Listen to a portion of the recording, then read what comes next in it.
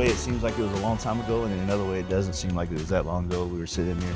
It wasn't that long ago. Yeah. I mean, like a year, not even 2 years, maybe this Mama Tried or something. A year? Last year at the beginning of the year.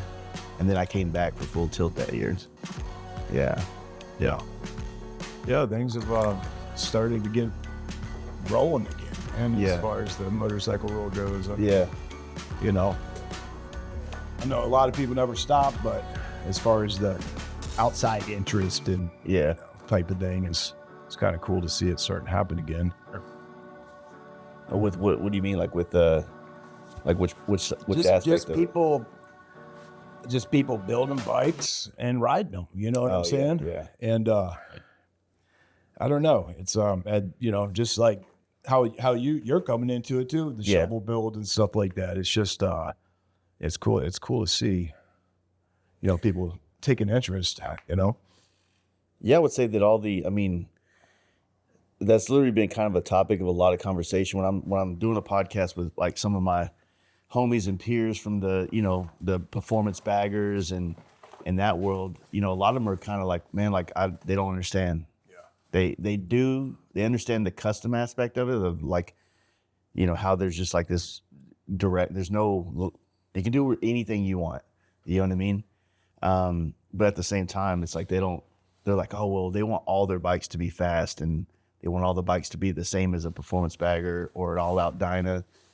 And I'll be honest with you, I've only got like 40 miles under my belt on this bike. And at 55, 65 miles an hour, it's like, it's different. You know, someone asked me one time, they're like, why do you guys ride those fucking bikes? And I was like, do you want to have as much fun and excitement as quickly as fucking possible? It's like, you know, a mile on this thing, you know, the 60 miles an hour. Yeah. Well, it's just like you're so, I know this is a overused kind of like analogy or description, but like you're just so connected to everything going on, you know, jockey shift. So you're like that light, that's the next light. You're like, okay, is that a hill? No. Okay, cool. I'll be good. I'm going to coast up to it. And hopefully it'll turn green. You know, like these things just come into play and like, you don't have time to like think about shit that's unimportant at the time. Oh yeah. You know? I know that's what I like about it, man. It's like you'll find yourself like, you know, in a situation where you're just like, okay, the best thing I know how to do is ride. Let's start fucking doing it right now. Cause this shit is getting sketchy, you know? It's not, and also like, you know, I think that so many people over the years that I've known and talked to, like, oh, Hardtail is going to beat your ass. I'm like, man, like, honestly, of course, I only got 40 miles, so I can't say that this is like an absolute, but it's like not that bad. I mean, no worse than like you hit a nasty part of the road, no matter what you're on, it's gonna buck you a little bit. Avoid that shit, you know. But yeah, man. I mean, it's all about tire pressure, you know. Yeah. I got a new tire and a wheel put on the rear of that chopper over there, and you know, the tire was pumped up to 35. Man, I hit one bump with that thing, and it fucked me up. Like you felt it. I felt it really bad. Yeah, and I've never been jacked up like that. But it's the tire pressure is low enough. It's pretty easy. But I think, you know, your body being part of the suspension, so to speak, you know, with the hardtails, I think it just puts you in the zone, man. I got like true mid controls on it, so my feet are kind of under me. So like when I see something bad, I can kind of like take some of the pressure off my back. Feet, But no, it's been a badass experience, man. But dude, like you literally you finished the black one for Mama Tried last year, right? And then this is Breeze, right? That's mine. Oh, it's yours? Okay, so this one was for 69 shovel. I built it for myself. Originally, it was built for I was going to show it the first time at Party at the Penn East this summer, which was a great fucking time. I don't know if you've been, obviously, first year, or you've been in any Ohio stuff? No, when I left your place last summer and I was going to go to Fuel Cleveland, and I literally passed it, and I had an opportunity to go get with somebody to go to Sturgis, so I just kind of jumped past it and went, but I want to go. It is fucking cool. Like, I had no clue. It's in Mansfield, Ohio, which is where the prison is. which was like the same prison everyone's heard was in Shawshank Redemption. Yeah. Which doesn't do this place any fucking justice, to be honest with you. And so they built the prison like 200 miles from, any city. And, when they had escapes and stuff, it was like, we're talking pitchforks and torches and shit, dude. Yeah. Like this is like a early prison town, like 1900s. Like it was a Civil War camp before that. So it's haunted as shit, but it's like a different level of haunted. All right. It was more of like, it was undeniable, number one. And it wasn't like you see anything, right? Or dude, it was like you smelled stuff, bro. Yeah. It was like the other senses were like, That's what it was tapping into. yeah. And they're taking some pictures of my bike. They're down by the cell block and stuff. So I walked around, went around a corner, and it's like, it's like the walk around's like a square, like a city block, maybe two. Yeah. And so I got to the corner and like, here's the line, and I was like, okay, I'm going to pretend for a second here. I'm going to hold my head up, see if I can walk straight down this motherfucker, head up, right? Yeah. Dude, it was like, I felt like motherfuckers are just like, all right. Like they were like, it is. It's got like a soul to it, huh? Yeah, dude. And everyone that works there, this is where it gets crazy, is these are all people that were on paranormal investigation shit on History Channel, right? Ghost hunters, right? Yeah. These people, bro, right? So when COVID happened, like, and Hollywood shut down, they got a lot of the folks from like the spooky community went to work there, and they got a lot of special effects horror movie guys went to work there too. And they put on the prison puts on like the craziest haunted house. It's just shit. Dude, they do like it's like a venue, a museum. It's wild, man. It's unlike any venue I've ever been to. Yeah, that's a good idea to take something that has like real haunted history and then add like some layers of like real production value to make it like a destination haunted house. They do this thing called it's like incantation or some shit, right? Yeah. And it's like fucking Slipknot's headlining, Paul Booth's fucking like all those kind of 90s people, and it's just tattoos and metal, and it was it was a pleasant surprise to go there. And then the town itself was like like an American town, man. Like, you know what I'm saying? Like, you went there, you're like, wow, this is fucking nice out here. It's like you wouldn't know there's a prison there. Yeah, you wouldn't know the city's problems don't reach that area, man. And it was cool. We're going again. Yeah, that's I believe early June, right? I think is when it is. When I was with Jeff and Davenport, we were talking about it, and I want to say his name is it Warren? Or the guy that puts it on? Luke, that's right. Yep. He had FaceTime Jeff while I was there, so we were all like shooting the shit and everything. So, no, it's you know how it is, man. There's like so many like great events, but it's like for me, like I love the small ones, but I need to go to like one or two big ones every year, just for industry, keeping the business alive. And I've been having to tell a lot of people, it's like, look, man, like. The chopper shit for me is just like my personal thing. It's what I want to do right now. But I still have to go to work in the motorcycle industry, and that the money to, take care of my wife and kids and fucking bills, that comes from, fuel injected bikes. Yeah, for sure. So I mean, that's the funny thing is I feel like a lot of folks have like, when the motorcycle industry goes down, they see the choppers and they see the prices on Instagram, and they think there's the money in the chopper. Oh yeah, there's money, but not. It's like 5% of the overall population. You know what I'm saying? And I think right now what's really happening is that you have a lot of folks that have been building modern bikes, customizing modern bikes. Now they're kind of looking to expand their skills, and so maybe they're not going shovel head or Evo, but they're like, okay, well let me take this new bike and, go up on the neck. Kind of like how I did my FXR. Brackets for it. Yeah. Yeah. So I think it's like a good time right now for people being inspired to want to learn to build more shit. I mean, it's ridiculous to like, you shouldn't be scared to like cut out a piece of metal, make a bracket and Yeah. feel like you could run it on your bike and it's not trash. You know what I'm saying? And yeah, I kind of, I fucked him. I forgot what I was saying, but no, but I built that bike, man, and that is a lot of fucking fun. A lot of fun. The paint, that's like orange pearl under all that. Yeah. And then I had Gen from Japan. I sent him my tank and fender, and he painted that. And then we had to match that yellow when it got here. Pretty good job. And then Lindsay B, matched the frame, the airbrush on the bottom, and the splats. Yeah. You know, to the rest of it. So looks like, you know, it was all done together. Oh yeah, it looks good, man. Yeah, it's it was really not that much of a pain in the ass to put together, you know. It's just so simple. It's like, you know, what the wiring is like the fucking tying the room together on it. You know? Yeah. I had my process of doing what we did when I did my chopper. It's just I was more being taught everything, so it was a longer process than if I had already done it before or whatever. So, learning how to like take the bottom off a tank and dish and crown the top and I have it all videoed, and as soon as I get a chance, I'm gonna start making some videos about it. But I learned a lot, man, and I almost have enough parts.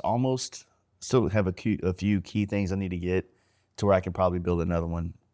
Which I might try to do late next year. Still recovering right now financially from all the shit. You know what I mean? Yeah. But it's literally, dude. It's I'm jonesing to get home right now because I want to go ride this fucking bike. You know what I mean? But what I was like wanting to get with you about is like, man, the full tilt this year, you changed that. That went to another spot. It went from typically a 6-hour show to a 2-3 day event. Yeah. And man, we've been trying to do this for so long, as far as like, you know, have this camp out and the big space and, you know, but it's something that we had to develop. I don't think you can just like pop up these giant events and just expect, you know what I'm saying? So being realistic about it, we've just kind of like the crowd and the local people is who's led us to this spot. You know what I'm saying? And, it's when you have people come, have a slumber party for the weekend or whatever, like, it's definitely what you take, shit, man. You've done how many years has the full tilt been going on? This would be like 14 years. Fuck. Yeah.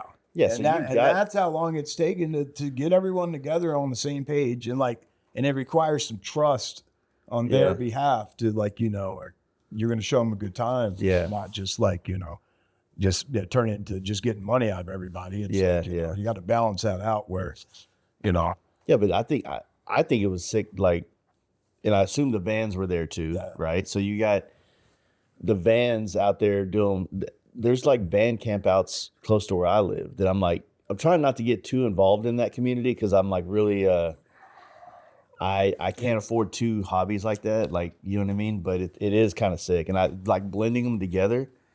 It's like the same people, 100%, For sure, man. The vans are killer, and they're actually maintaining and just getting parts and keeping them running is so much cheaper than Harley. Dude. Oh, 100%. Yeah. You get like a little Harley master cylinder this big for $80. You get a master cylinder that big for $30. Yeah. It's like, what the fuck,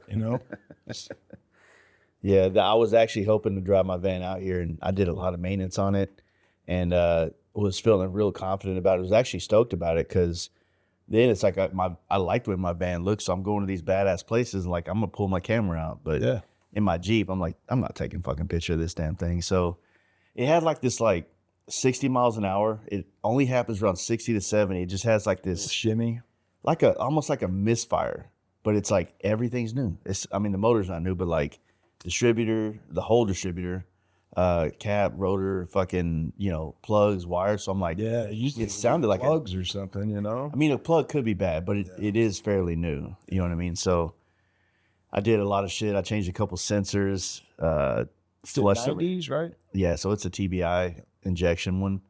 I I had one of those. I drove it here all winter, man. Yeah. Actually started up every time. You know, it's pretty decent. It hasn't left me stranded yet. So it's like, for that regard, it's like I trusted to do stuff, especially around Texas. But like, last thing I want to be is like up here with a fucking FXR, an SNS motor, and all that on shit. The side of the road. On the side of the road. Yeah. You know, and that'd just be, you know, I just couldn't afford to try to get it home if that happened. So I made the last minute decision, which kind of bummed me out because I was looking forward to driving it up here. Yeah, I've always been into vans, dude. Like I've always been into them, but I just never. I had a more newer van, like what you're in now. I had one of those for about 3 years, and man, it solved a lot of problems, dude, for getting stuff around. But then, I always kind of had an eye on the old Chevys because I'm a Chevy family. Same here. And man, I just on Marketplace after last summer, I'm on Marketplace like a fiend every goddamn day. And I saw this one pop up and I stared at it for a week and a half. And then I finally like say, hey babe, this looks fun, doesn't it? She's like, yeah, it looks badass. I'm like, we should get it, right? So I had an FXR that just like one that I was riding around, nothing done to it. Sold it, got pretty much all the money needed to buy that, and just kind of swapped it over to that. And I dig it because me and my wife, we go camping in it. Like we go cruise it on Sundays. Yeah, it's funny how people like when you tell them that you had spent the night in a van. It's like either people are like totally stoked or like mystified. Like, what do you mean? Like, you slept in it? Like, you know what I'm saying? It solves the problem, man. It's great, dude. It's great. I love it. I've been doing it a long ass time. Fucking, I drove my 78 down to like the last, was it Southern Throwdown? Oh yeah. Because they used to have the van stuff that was attached to it. Down there. The parking lot, and it was at the club, you know, the bomb factory. Bomb factory, and dude, I drove it down here from there, and I swear to God, I think I got passed by every single fucking person. Like, you know, doing 65, you know, but you want to be doing 80. It seems like going to Texas, but I got passed by everyone, dude. It took fucking forever. Yeah. I left. It was in September. For some reason, I thought it was going to be kind of not as hot in Texas, but it's hot as shit. It's hot, yeah. And so by the time I like went through Oklahoma, the dust and the air, it just I had like a dry rotted hose, you know, it just kind of like fucking some shit. Got back home, but man, I'll never drive that again. You know, unless I'm staying there for a month. You know what I'm saying? Yeah. No, I think I think that once we kind of get recovered from building these bikes over the summer, that our next project, me and my wife, is we want to put something a little more newer, modern in the motor, which people kind of, you know, that I've talked to about, like the kind of like, no, don't do it or whatever. But bro, we want to drive this thing all over the country. Yeah. So it just peace of mind. Like, you know, when you go on vacation with your, like, you don't want to be sitting there fucking like stuck on the side of the road trying to find a goddamn engine or, you know, alternator, shit like that, you know. Vans are actually quite easy to work on. I think people's misconception of that. There is like one little sliver of like, it's kind of hard to kind of fuck with things in the very front. Yeah. But once you pull like doghouse off. Yeah, dude, you can access all the shit, all the stuff that really make it run and gun. You know, they drop, when you pull a motor, you pull it out the bottom. Yeah. Which is pretty wild. But no, I think the LS is cool. I get it. I mean, I got a new van and I got an old van, you know what I'm saying? But having the new van to being able to go anywhere on it in it is fucking awesome. Mm-hmm. Yeah, we've been, you know, this trip, if we would have had like a Sprinter, that'd been like perfect, you know, it would solve a lot of problems. But my wife and I, we sit down and go like, well, yes, it would be practical to have a Sprinter van, but it would be a one-use kind of vehicle as opposed to right now we have a dual purpose. Yeah, exactly, you know? Man. And it's like, I don't know, I kind of want to have I feel like I need to have a real overwhelming need for a Sprinter before I buy a Sprinter. You know what I'm saying? I don't think I'm going to buy a Sprinter and then it's like, you know what I'm saying? It's kind of like, you don't want to grow into a Sprinter. Yeah, exactly. Yeah, because you're going to be paying it off basically. But and those things are fucking expensive as shit, dude. You know? I mean, I like the Dodge ones. The Rams, Transits, you know? Yeah, the other thing is like, getting into this more and especially working on one all summer, all year, essentially. Now I cannot wait for swap meets because now I know what the fuck I'm looking at. Yeah. You know what I mean? I know I remember all these little parts and I know where they go and I know So I have a different like connection to when I look at a box of parts. Because before I'm like, okay, this is supposed to be fun. I have no idea what the fuck I'm looking at. You know what I mean? Yeah, you know, it's like you don't want to buy the part you need 5 fucking times. Yeah, yeah. You know what I'm saying? So yeah, you want to know what you're looking at, or you're gonna get like, you know. I think that's what made this easier for me was I knew all the parts and you know what goes where and stuff like that. So Yeah. I kind of already had a, you know, I have a process by now basically. You know what I'm saying? So, and I was able to put that together and the process works. Yeah, when it comes to like the generator shovels and older, like it's like I've been telling everybody because that's been a lot of questions like, oh, you're gonna do a pan hit? And I was like, dude, those kind of motors, I feel like they gotta fall into my life. I'm not seeking them. Yeah. You know, but like if something, you know, when you ride, I've heard Dan talk about this and other people, like you go on a trip on a bike like that, they come find you. They see you at the gas station. They want to talk to you. Hey, I got one of those in the garage. Yeah, we call them dick magnets. be in the field in the middle of nowhere and fuckers just start coming out of the fucking woodwork. Yeah, you know, yeah. like, Yeah, they hear the shovel head. They hear all that stuff. But yeah, it's kind of the move, man. I'm not like actively seeking anything like that, but I do want to start being more frequent at you know, swap meets and just kind of, like I said, I know the parts that I'm looking at now and I know what to kind of acquire. And if you build bikes, you're going to build bikes and you got to go to swap meets, man. You know what I'm saying? And it's just I mean, besides the obvious networking and social aspect of it, Yeah. you know, one that we always go to, I'm not like really, you know, snitching on this one, at Davenport, Iowa, man. Yeah. And, you know, I got that frame there the year before, you know, it's like, I got the tail light. I found you can literally go to the swap meet and find what you need. You know what I mean? Those front forks are sick. Those they're like super. Yeah, Pooks. Yeah, he does those lowers. Kansas City dude, Luke. Yeah, Pooks parts. Yeah, that's like my favorite part, man. Just so clean, you know. It's kind of copied after the what are they called? Barney's, like the Swedish ones they made. Just so tight. You don't. It looks like a rigid front end. When it's not, you know. And then I found those Finch tail lights. You know, that was a good score. Yeah.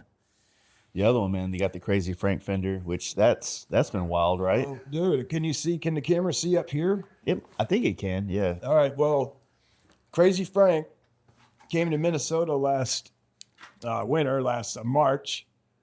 I'm in the parking lot getting stoned before the swap meet, 8 a.m. Everyone else has been there at 5 a.m., like, you know, fighting each other, right? And I'm in the parking lot, and I see these dudes coming in hot, you know, late with truck full of shit. I'm like, I see this Honda chopper, so I kind of walk over there, see this Crazy Frank fender, and I'm just like, whoa. I'm like, is that for sale? You know? And they're like, yeah. I'm like, how much you want for it? He was like, $250. I was like, done, man, right? Yeah. And I was like, you know, Crazy Frank's here, right? And they're like, yeah, we heard he was, but you know, blah, blah, blah. And so I was able to get Crazy Frank to sign the fucking thing. I mean, that's like a holy grail piece for me, man. And then, you know, we got him to set up at our booth at Born Free this year. Yeah.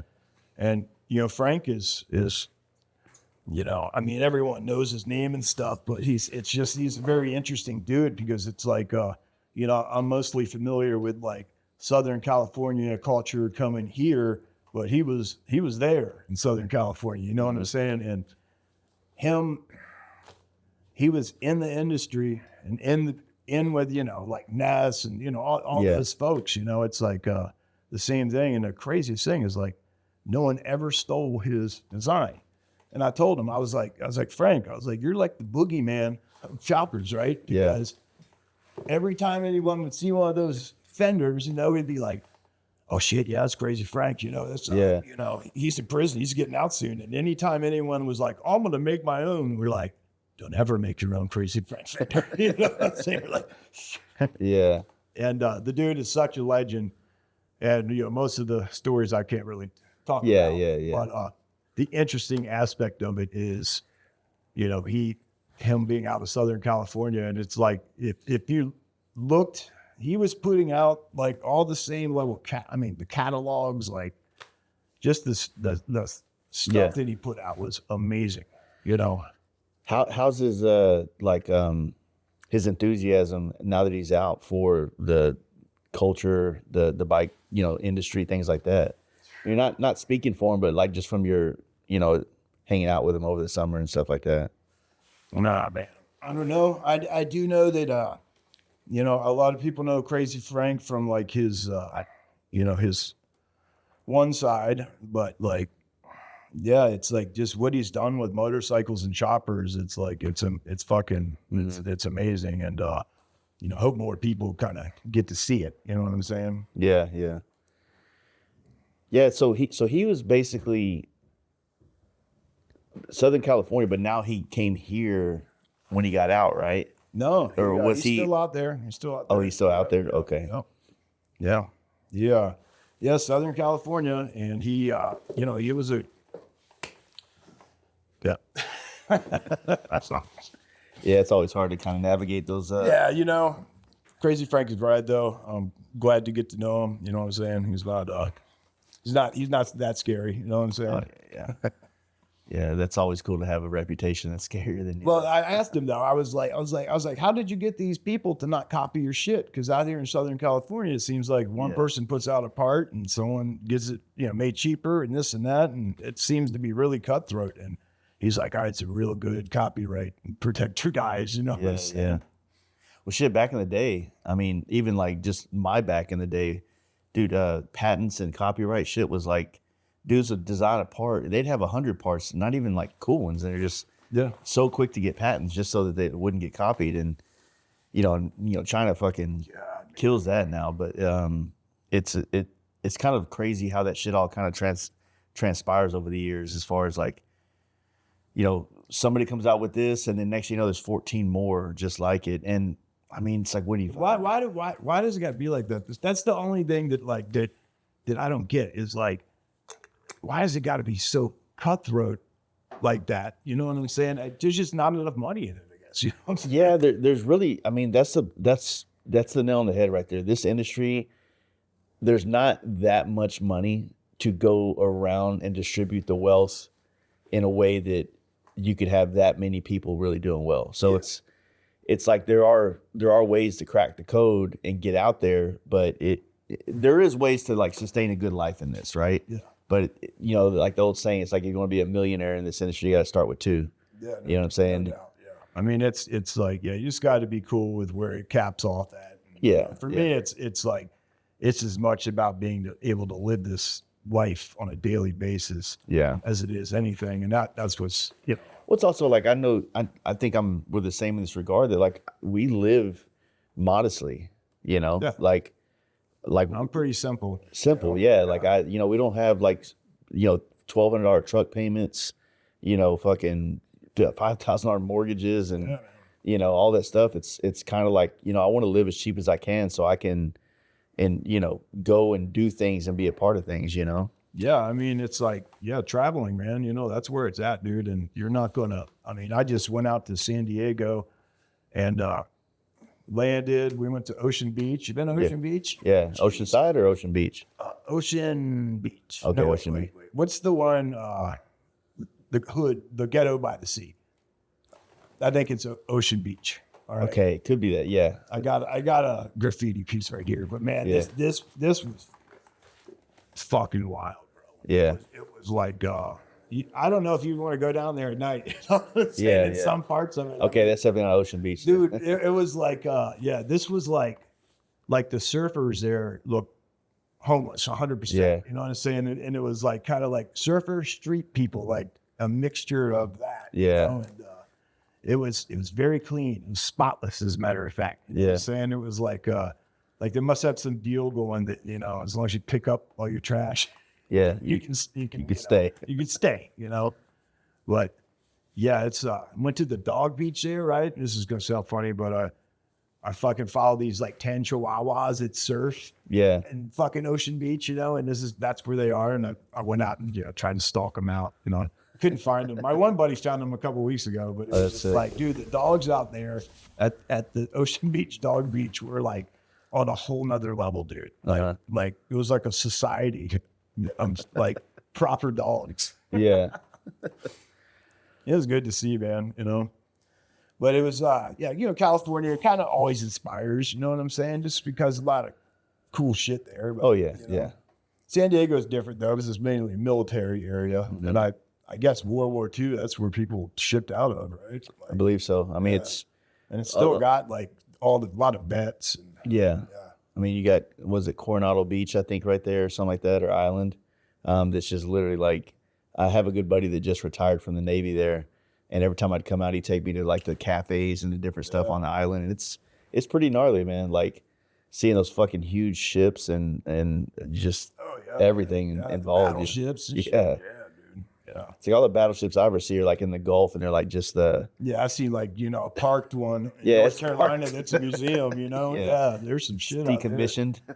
Yeah, I think we were out at Newport Beach, Born Free this year, went out on the boardwalk and we saw a fucking like giant submarine, man. Yeah, submarine, dude. That shit's it don't matter how old you get, that shit's cool to see in person. You know what I mean? A battleship, a submarine, jets, fucking, all that that's stuff. that's some wild shit, man. It's I think American men used to be a little bit tougher and cut from a different cloth at one point. You know Yeah, what I mean? We've been conditioned to become TikTok dancers. Yes. Away from knowing how to climb a rope and it's still like, dude, California's still wild because it's like, I mean, they're right off the side of the road. The land's like inhospitable, bro. It's like everything's pointy and sharp and rocks and this and that. It's just like, it's still kind of fucking wild out there, man. yeah. I can't not go there. Like I go there for inspirational. It's a collection of a lot of creative people, creative energy. The place, is just kind of like, it's hard not to feel like inspired when you're there. Yeah. And I go there and I'm like hungry. And I feel like if you live there, you would probably get into that more mellow state of like the California vibe. I don't want to live there, man. Yeah, I don't want to live there. There's too many people, man. It's like fucking crazy how many people are out there. Yeah. You know what I'm saying? Last summer, I spent 2 weeks like hubbing out of Venice, and it took a toll on me. Yeah. It's like lane splitting is sick. I love it. I loved it. I was able to do it, but it got old. It got to a point where I was like, man, I just want to. It takes forever to get anywhere out there. I just want to ride and not have to be this, like, not engaged with the motorcycle, engaged with everybody else. Like that shit is mentally like. Like I said, when I get there, I'm like, this is sick. Hell yeah, we're fucking just keeping it going. But then over time, 2 weeks of it, you're like, dude, I'm fucking over this. Yeah. I just want to be in the mountains or in the desert somewhere, opening it up. And so, yeah, I've still been wanting to get up here more and meet some more people in like this Minneapolis, St. Paul, just the whole, area over here. And just like we've talked about before on the last podcast and just in general, there's just so much history. And finding ways to, I don't even know if it's like about sharing it as more than I just want to hear them, the stories, even off the podcast, things like that. And, being in Davenport and Jeff telling me things about, the swap and Jeff Wright's spot over in Des Moines and going back and forth. And it's just there's just something different about this up here. And then it's been like the third time now, but like driving and riding the Mississippi, dude, that is like some of the like top on the list, I think, in America that I think y'all know. And I'm probably blowing up the spot now, but it's like, it's really sick, dude. Like I've ridden and driven quite a bit of it now. And I'm like, there's not a bad road. Yeah. It's like just rolling green hills as far as you can see, man. Like we call it windshield time or whatever, you're just like, like the little towns that are like on the river, on the Mississippi. Yeah. They're like built like right on the road and they really don't go far off. It's like, dude, this shit's sick. Yeah, dude. at one time, that's how everything came and went was the fucking river, or railroad river before that. But yeah, it's a cool spot, man. We just the Minnesota, Wisconsin, Iowa, Missouri, and then then we get down into Texas, Yeah. and it's. I've been going from Minnesota to Texas up and down for a while, and you're going to Kansas City next, right? Yeah. And they got it going on down there, man. We were just there for the Dave Mann show. Yeah, how was that? It's fucking killer. Yeah. Yeah, it was killer, you know. It was a good turnout, you know. Like it was. I had every intention of going, and then I had the wheels I ordered for my chopper because I'm a little bit too much of a pussy to do that spoke wheels and travel on them. I ordered them in January from a homie, Yeah. and they didn't show up. I ended up having to get another set of wheels, and then they showed up at the end of September. I'm like, You dude, were the Nest wheels on before, right? no, I'm running Lindahl wheels on it now, but I was running. I wanted the chopper originally to have like an 80s vibe, and so the wheels I had done were like you remember the IROC Z Camaro? It had like the 5-star like slant spoke look to that. Yeah. And I was just, thinking like it'd been cool to do some kind of 80s style everything, So a full custom built wheel. Yeah. No, that's yeah. You're already getting there, dude. You're cutting up gas tanks and shit.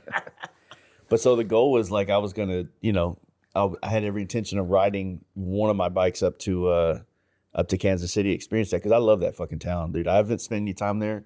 Tonight will be the first time I've probably been like there with anybody that I like, meeting people there. And the bottoms over there. That's where all the stuff is, man. Like the guy that made those Kooks, he's got a shop there, machine shop, big ass crazy shit. Our other buddy Sam, he's down there. He's got a shop. Sam Raps, he did that purple Born Free bike a couple years ago. Then you got Tommy's down there.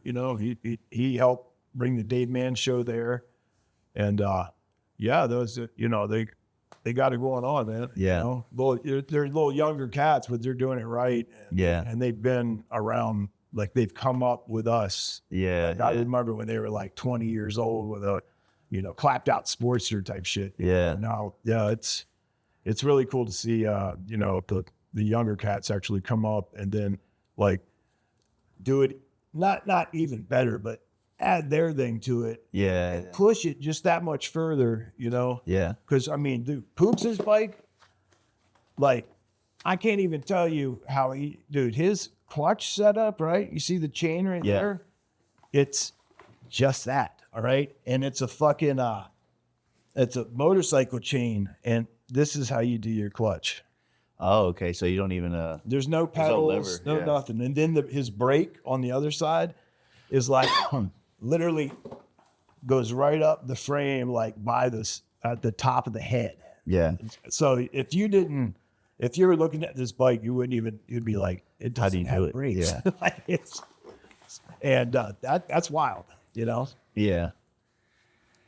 there's a lot of dudes there, man. It's like but it's like for me to get into this side of the culture, it's a slow access of like meeting people, and then just showing up and being respectful, and then you kind of get more access and doors open and shit like that. And dude, the Beaver Bash last year, I know you probably heard about it through like all the dudes in Texas, but that was kind of like the final straw when I did that last year, where I was like, all right, man, I tell the story to a lot of people, but like we all went to this like cafe, and the ride over there was sick. It was fun. We walk out of the cafe, and then it's like all these old school choppers, and then like an Easter egg in the grass was my fucking gold bike. And I was like, man, I like to stand out, but like this, like I kind of don't want to right now. Like, you know what I mean? And just the way they were all riding, and just being able to be in that pack, like I saw a different version of it, and not a different version. I just got to experience it, right? And then I came home, and I had some money, a little bit of money tucked away, but like I really didn't need to spend it. But I was like, all right, I'm going to find an Evo. Someone's already done a hardtail. And I found one. The dude just kind of like wanted to sell it, but then I think his wife was making him sell it. So he didn't happen. I was like, fuck it, I'm going shovel. Like, why am I like, just do the hard thing. For me, it's hard because I don't know the motors. I know Evos very well. But yeah, I'm glad I did, man. It literally a year right around now is when I picked up the bike. So having it done and shit is just kind of badass. I can't wait to travel on it. You know what I mean? Oh yeah. I still got she doesn't like to start in the morning. So I got to figure out the timing and get all that stuff dialed. But once it's running, it'll start. It starts pretty easy after that. Yeah, that thing starts super easy. It's a shocker, Yeah. But it's like now I don't. Now I'm over trying to kick it 40 times. Yeah. It's like I try to figure it the fuck out. get it going. But yeah, the whole, like I said, man, it was so like just getting, and just it's been a good year. It's been Yeah. Been growing all the products too, man. I see you got the gloves coming in. Yeah, we got Got the shiesties. yeah, dude. Our crime kits. Crime kits. Yeah. So some gloves and a fucking. You need like ski mask. some like stilettos or some shanks. Yeah, that come next. that's good. Yeah, but I got some switchblades when coming out with it, and yeah, that's. I mean, there's at the party at the pen. There's this one cat had the coolest thing I'd seen. I'll have to admit, but it was like it looked just like a patch, but it had a Velcro on it and a handcuff key in it, and he would like sew it right back here. Yeah. On his vest. And I was just like, damn, that's a good one right there. Oh fuck, that is a good idea. Yeah, but I'd like party at the pen, man. They had this museum there, dude, with like all the fucking shanks and stabby things, and tattoo guns, and like. How long did that prison was it in operation? Do you remember? Dude, it didn't get shut down until the 90s, I think. It was in operation for 60, 70 years. And it was built by like, dude, it's just like, it's so crazy. I know I keep talking about it, but if you remember Ghostbusters, man, with the fucking, how the building was like architecturally designed to bring in shit, that's how this place is. Yeah. Now I've been to Alcatraz before.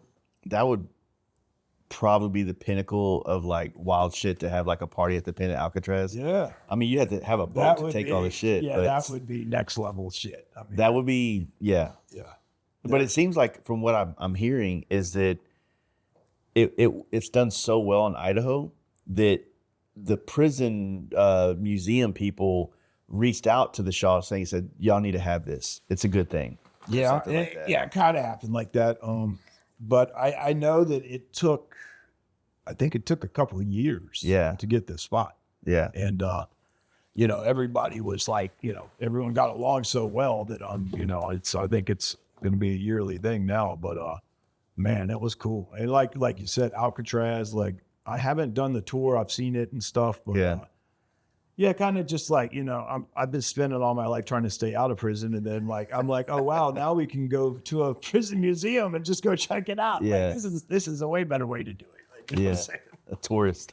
Yeah. So it's kind of, it's kind of weird, like, but, at the same time, this is like, it's kind of the history I'm into, Well, we talked about that in the first podcast about how events need to have like an aesthetic to it. It can't be, and I've said this a lot, and it came from you. You can't be at the computer show where that happens, where the gray carpet and the partition walls are. It needs to be a place that has character and soul. Definitely, man. I mean, I've done, like I said, I've been doing my show 15 years, and it's like, literally, I can't handle another hot parking lot, man. You know what I'm saying? And it's just like, you don't want to spend your weekend like, Yeah, cooking. Yeah. And it's, I don't know. It's the camping this year. Full Tilt was just like, I mean, it was literally like I'd spent that amount of time to get it to that point, and now we got this venue locked in, and it's I don't know. I'm just glad to finally kind of get there with the event. You know what I'm saying? Because people like, it's a lot easier. And if you want to come to the show, it's like you're coming from a distance, then, all you got to do is drive to the spot and you camp there all weekend, and you don't have to go into the city or any of that shit. You know what I mean? And I think a lot of people are just like, when your show's in the city and you don't know what's going on, it's kind of harder to make the leap. Figure out, yeah. But if you just got to get to there and you're good, and then, Yeah. it helps the vibe. How far outside of the town is It's not even like 20 minutes. For real? Yeah. And it's right over the border. So for the first time, now I'm doing my show in Wisconsin. Okay. And I did it legally too, because they, like you're saying, like you saw the river and all the little houses. Well, Wisconsin, dude, so many people, like there's people that literally, I think they camp like fucking damn year round. You know what I'm saying? Oh shit, yeah. There's all these like little shanties and bungalows. So they require like, permits and shit. You know what I'm saying? But, I did it all legally, and it kind of, I don't know, first time I'd done it, kind of cool. Yeah. You know what I'm saying? I wasn't worrying, and I hired an actual, like my part-time job working at the venue with, rock and roll shows and this and that. I hired the best door guys I work with, and now they run it. You know what I'm saying? Yeah. And I got people that, you know, that's what they do for a living. So it's easy. No one's knocking at 2 a.m. being like, Zach, we got a problem. They're taking care of it themselves. Yeah. You know, and that just helps a lot. And instead of being like having to feel like you have to do everything, you know what I'm saying? Yeah, 100%. No, it's good to have it out there. I mean, it's a good time of year, good camping weather. Like it has a creek, stream that runs through the back. So Yeah. like in the morning, people were like, you know, taking a dip. I mean, Yeah. it was crazy. And then, so this year we finally had room to do the biker games, and Yeah. it just got, oh man, next year is going to be insane because this year was kind of a demo. Dan made it, you know what I'm saying? did the Kickstart competition there, Did right? the Kickstart competition. I don't know if the dude made it to Born Free, but he was trying. I know that after that. But yeah, Dan came through. I know you're not committed to coming every year, Dan, but thanks for coming this year. Yeah, You know what I'm saying? Yeah. It's like that Kickstart competition, that was cool. People were really excited about it. And you know, Dan, obviously you see Dan down there all the time. So it's like, you know, his energy, people were stoked. He's becoming a showman. I mean, he's always kind of been one, but he's definitely like, I watched him at Born Free out in Cali this year, and he just gets up there and it rolls. Like he's really growing into that position of like being able to stand there with a mic and keep the crowd going, you know? Look, looks can be deceiving. Yeah. Right? Because that dude laid some knowledge on me that I was like, oh, wow. Yeah. I was like, wow. You know what I'm saying? And I just was like, Dan, I don't want to leave the country. I don't like, you know, I just don't want to go out there. I was like, can you tell me Yeah. what the outside perspectives are Yeah. in, you know, the world? And like, he told me some shit where I was just like, it was like so intelligently spoken that I was like, Yeah. God damn, Dan went to college or some shit. I'm like, holy shit. I keep the big brains on. Yeah, man. And I can't get over, dude. He went down to Darien Gap, dude, during that. I mean, it's like, holy shit, that's hot. Yeah. You know, I mean, and he says he doesn't know what he was doing, but I mean, you almost think he didn't know, because that shit would have been scary. You know Man, I've always felt like this, and this isn't a dig at him at all. This is just more like, I feel like he can flow through life like water, and just nothing really, I wouldn't say nothing phases him, but he just ends up, I'm gonna do this, and it's like, because he might not know everything that could go wrong, or he just doesn't allow it to exist in his mind, and it just doesn't happen. Yeah. You know, he's in Colombia with the fucking president or whatever, you know, party. Our side of FARC, armed revolutionary cocaine dealers, like, compound. You know, he's like, and he's taking pictures of the graffiti on the side, and I'm like, get the fuck out of there, bro. Like, you know, he skates through, man. I kind of have got to see his arc or whatever. I probably met him at, like, you know, one of the last giddy ups, and it's like, you know, he came up because he was kind of chasing the X Games thing for a minute, so he came up here and stayed with us, and was doing. He came up here. I didn't even ask him. You know, I was like, you got any extra tickets? You know, because I knew. Yeah. He's like, he had all access. He's like fucking, you know, eating with the fucking athletes and shit, you know, and it was pretty cool. And then, you know, that X Games thing, that, you know, the flat track got killed or whatever. Yeah. And so for, you know, him to be able to pit it, you know. Well, it's good because he pivoted from the flat track to like the off-road stuff with the Pan America, right? And I think he was a great ambassador. He is a great ambassador for that bike. But he's still just like, he's just you know, a wanderer, you know, honestly. You know, he does it so effortlessly, and you know, at this point, I mean, when I first met him in 2016, he was already like, he had already done this stuff traveling with his band and all that shit. But like, the dude, there's gonna be a lot. I mean, he's gonna be a very, you know, influential, very. Yeah, I think. Yeah. I could if he sticks around for. I don't see him going away. Yeah, exactly. As I definitely. He's a lifer in this shit, man. Yeah, it's cool to see, you know. But it's hard. Like me and him talk a lot. We've always like bounce back and forth. Having conversations about podcasts and like, like how's yours doing? Where do you feel like it's going? We just try to stay up on it. I wouldn't be sitting here doing this podcast with you if he didn't help me get mine started. You know what I'm saying? So I'm kind of stoked because I feel like there's, I don't know. I mean, I guess there's a group of people that've been on both. You know oh yeah. I mean, dude, Dan's gonna take this thing in a different direction than I am, right? And it's just because of what he's interested in versus what I'm interested in. And well, it's cool to see that like you're both got your own lanes. You're not stepping over on. I mean, it's like that's what I'm saying. It's a good good collaboration for sure. Yeah, I mean, like I said, it's really not. There's a lot. I mean, there's a lot of podcasts now. There's a lot of content now, and that makes it. There's just so many options for people to consume, to get into. So it sometimes can like muddy the waters of, my show, his show, things like that. But the thing is that like we're kind of like I'll do this as long as there's somebody listening. There's somebody that wants to be on. And those two things happen, then you have a show. And that's probably the thing that Dan and I probably have the most is that we have a history doing it. Yeah. And we, it's just part of our lives. Like, it's not like a thing we have to go out of our way to do every once in a while. Yeah. Like, we're not starting a podcast, and that start part is hard because you're adding a layer of work to your lifestyle that you have to, we've learned how to do this, like going on the road, going to events, like to be able to sit down with people and get these stories and get these there was never an instruction manual. But that's the fun stuff, man. You figure it out. Yeah, you figure it out. You get the gear. You know what I'm saying? And you see it. I mean, the gears. Last time I was here, dude, I had fucking. Oh yeah, I had a spread. I had a fucking suitcase I had to roll in here, and I mean, the production is awesome, but do you really need it? You know what I'm saying? It's like I guess obviously when you're in your studio, you can. That's just plug and play. Like, you could show up in my studio, walk straight up the stairs into the studio, and then, we're I will say one thing about your podcast. Okay.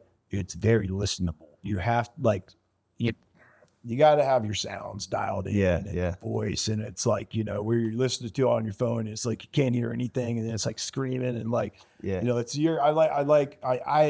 I appreciate when it's produced in a way where, you can hear it, listen to it in your car. And so that's kind of, doing it this way with these little mics, that's a new learning curve. So I'm pretty sure I have it dialed because I know how to adjust. I know how to do the audio stuff. But yeah, these are going to be a different dynamic where I'm going to have to learn how to level these things good so that you don't get that. Because naturally, I think because I'm used to talking on podcasts, I speak with a keep your voice at a certain where, like for instance, my buddy Frank from Speed Dealer, like he's a very soft spoken guy when he talks. So I'm like, okay, well, if we're at the same level on mics and his sounds good, and when I listen back to it, then mine's loud as fuck. Yeah. So I'm gonna have to bring mine down so that you don't get that shit. Because I know exactly what you're talking about. You're in the car and you have it all the way up because it's too low. Yeah, some dudes mumbling. Yeah. So I mean, sometimes they slip through the cracks where it's just like, I'm not a sound engineer. I just watch enough YouTube videos to kind of get the gist down to kind of dial it in. But you'd be surprised how many people are on YouTube now, man. Fucking God, man. Especially like if you're a white dude over fucking 40 years old, I think that's all you're watching. It's like I went to a wedding in San Diego this weekend, and I was telling you, I was like, you ever been to an Indian wedding? You're like, I don't know. Dude, this shit was insane, bro. Like, here's just the one part that was pretty badass. So, dude, so they have a parade, like the grooms. Like the groomsmen and the people, they have a parade that goes, to the spot where they get married. Traditionally, they ride a white horse or an elephant. Traditionally, right? Yeah. Since this was Americanized a little bit, California, he had a white 60s Mustang. Even better, right? So he's like sitting on it like, JFK or whatever, like, in the back of the convertible. Yeah. And then, dude, they just had this fucking crazy music blasting and everyone's Yeah. fucking dancing and shit. I was just like, this is fucking insane. I was like, this is so much cooler than like some of the weddings I've been to. And, you know, these people were from India. There's like, you know, some of the relatives that didn't speak English, you know, I mean, some scary looking fucking dudes, man. Yeah. Some of those dudes are gangsters, man, you know, and they have this cool look, dude, where, you know, designer sunglasses, designer shoes, like Louis Vuitton, like, you know, mid-length, you know, robe or whatever. And yeah, it was super neat to see. And, you know, it's in California. So it was like such the like California kind of wedding. Cause like not the preacher or whatever, the guy who was leading the ceremony was like this, older white dude, white hair. You're just like, oh, this dude lost his mind in the 60s. I was like, and he's been doing this ever since, man. And it was like Timothy Leary up there or something. And it was very different than any Western wedding I've been to. And it was eye-opening. Like, I don't know, I kind of appreciate that stuff a lot more these days. You know what I'm saying? Just seeing how other people do their thing. You know? And you don't get the Indian folks are on another level, man. They're on some other shit for sure. I mean, I don't know much about their culture, but you know, I love maps. So every once in a while, like I'll like Google Map. I'll be in India looking at, okay, where's Kathmandu? Yeah. Where's all this shit at?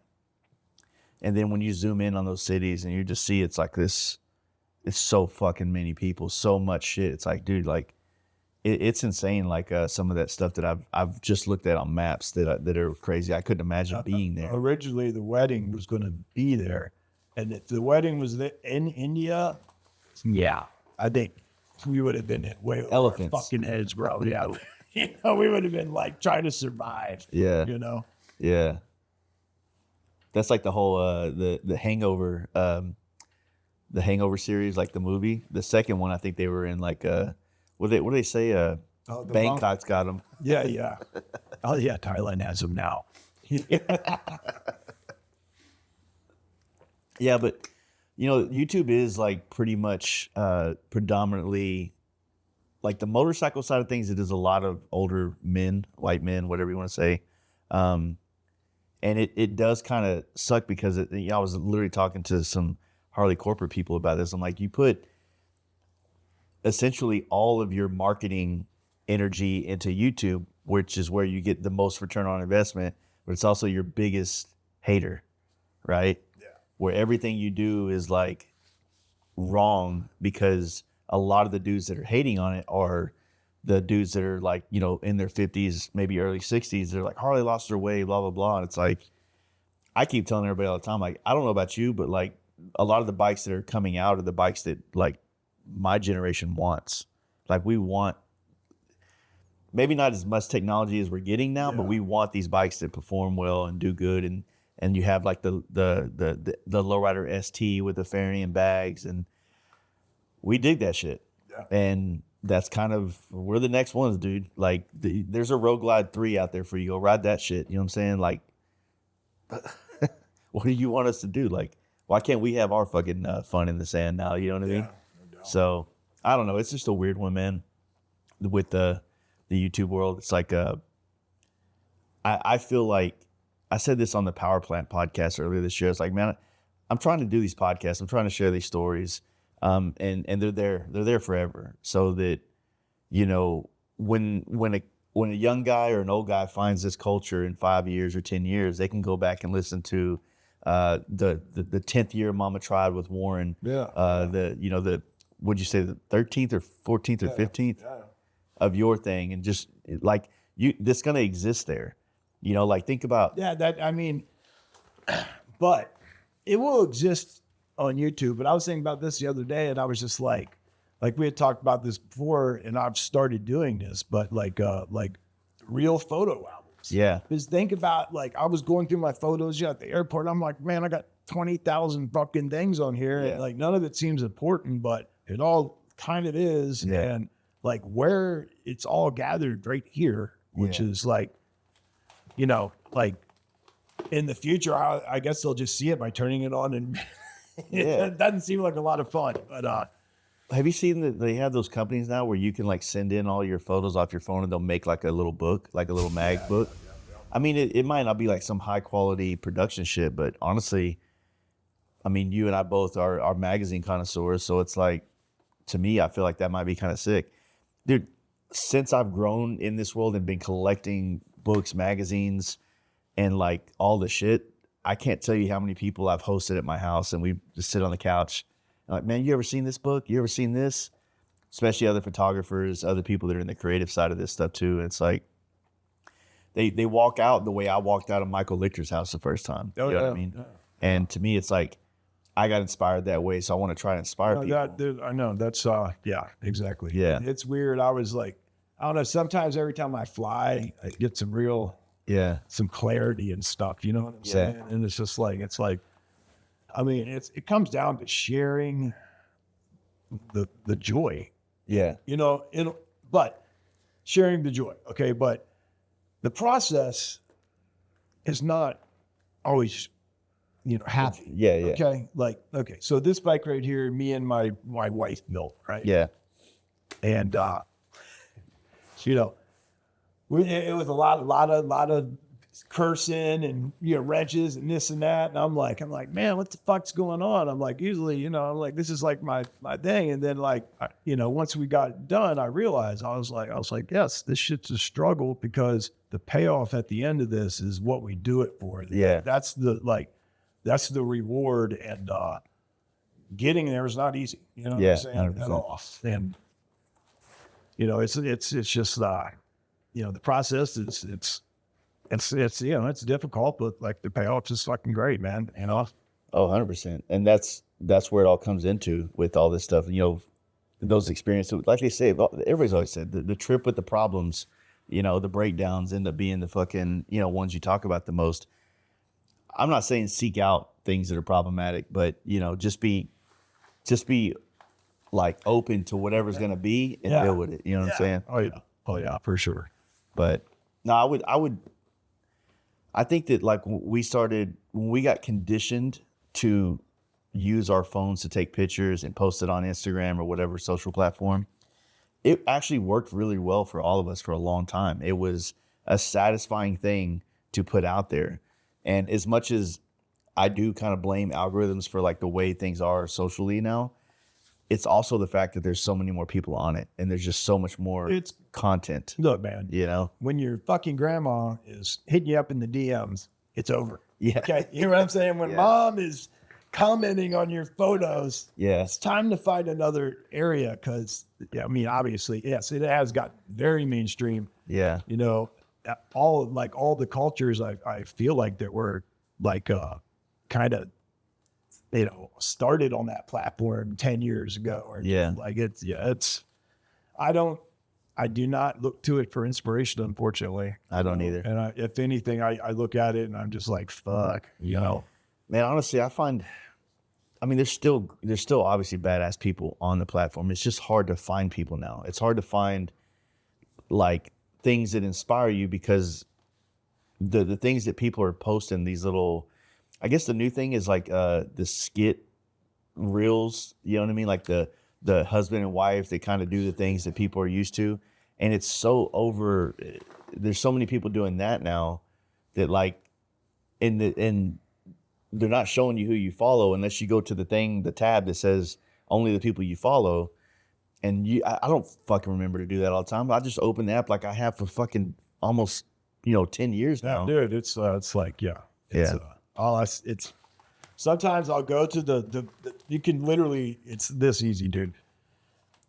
The algorithm thing and like you hear the echo chamber and this and that. Like if you want to look to these platforms for some type of something to believe in or some shit, it's like you're in a bad fucking spot. Yeah, 100%. You know what I'm saying? And so it used to be able, people could find like they could find like a culture or a tribe or something. Because I'm guilty as charged, man. I grew up in this motorcycle games my entire adulthood. Never really even noticed it. I mean, I can't say I didn't have access. I didn't notice any of this. All the shit you guys were doing with blogs and and the early days of like the vintage chopper, the period correct stuff coming up, like it was all happening while I was running the streets, and I'm like, I never noticed it. It was Instagram that exposed it to me. Yeah. You know, and it's also exposed it to me in a way that I could like, I don't know like how to word it.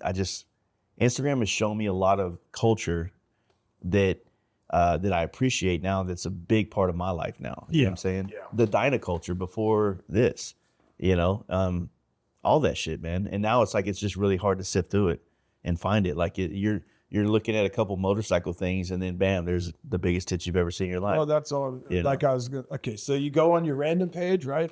Usually, yeah, big tits to me. Like, Yeah. like Same. for some reason, I just look at chicks on Instagram now. You know what I'm saying? It's like, I can't not now. It's like, Yeah, dude, yeah, because it's literally like almost like it's trafficking through your fucking phone or something. It's getting I heard during COVID, okay, you know, like Tinder yeah.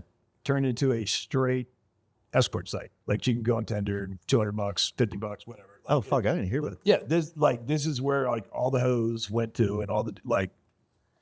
It's actually pretty fucking smart if you Yeah. think about it. Yeah, it's, and I feel like Instagram, all that shit's hidden on there too. Yeah. And if you know what you're looking for and stuff, you probably I get some of the shit sent to me that are like this shit is straight like Fed trap shit. You know what I mean? Yeah. I can.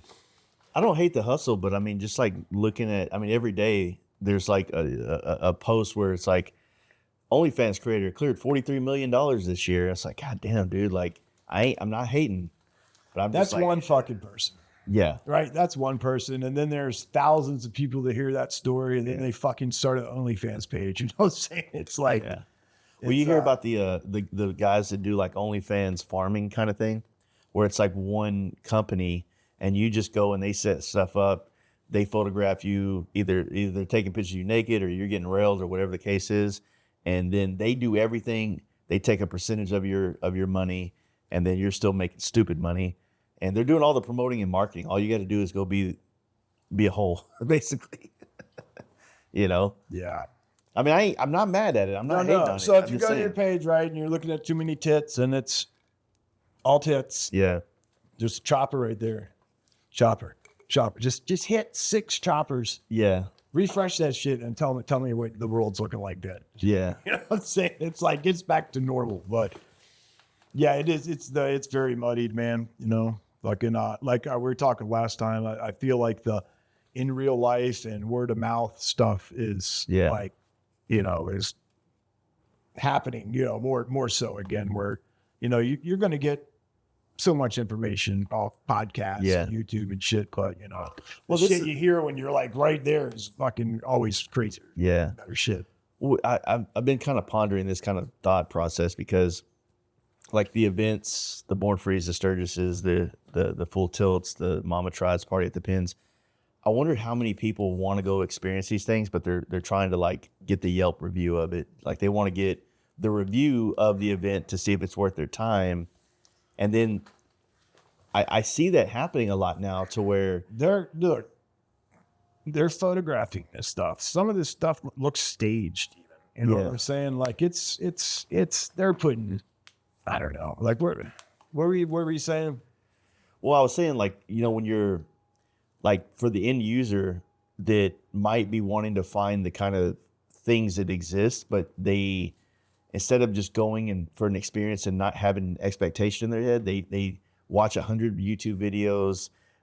They try to find out, you know, reviews about it. Like they want to. They ain't going. Exactly. They're just going to sit in their chair and be like, I don't have to go. Yeah. You know what I'm saying? And it's like, all right, you sit there. We'll That doesn't look as fun as it is. It's not worth my going across the state or country or whatever to go to. So I feel like the Yelpification of culture is also taking away it creates an expectation that now something always has to live up to instead of you going to things and being open-minded to whatever it's going to become. Yeah. Because your event, I'm sure, has similarities every year, but to say it's the same fucking event every year might be pretty hard. It's got its own life. You know, culture has a little bit, it's moved in one direction or another every year, and that's going to play into how it feels. Well, I mean, we have a guy here that has photographed every year Full Tilt, dude, right? And Gophers and Cheese. I mean, Yeah, I he's follow, done. Yeah, he's done. You every introduced me to year. that.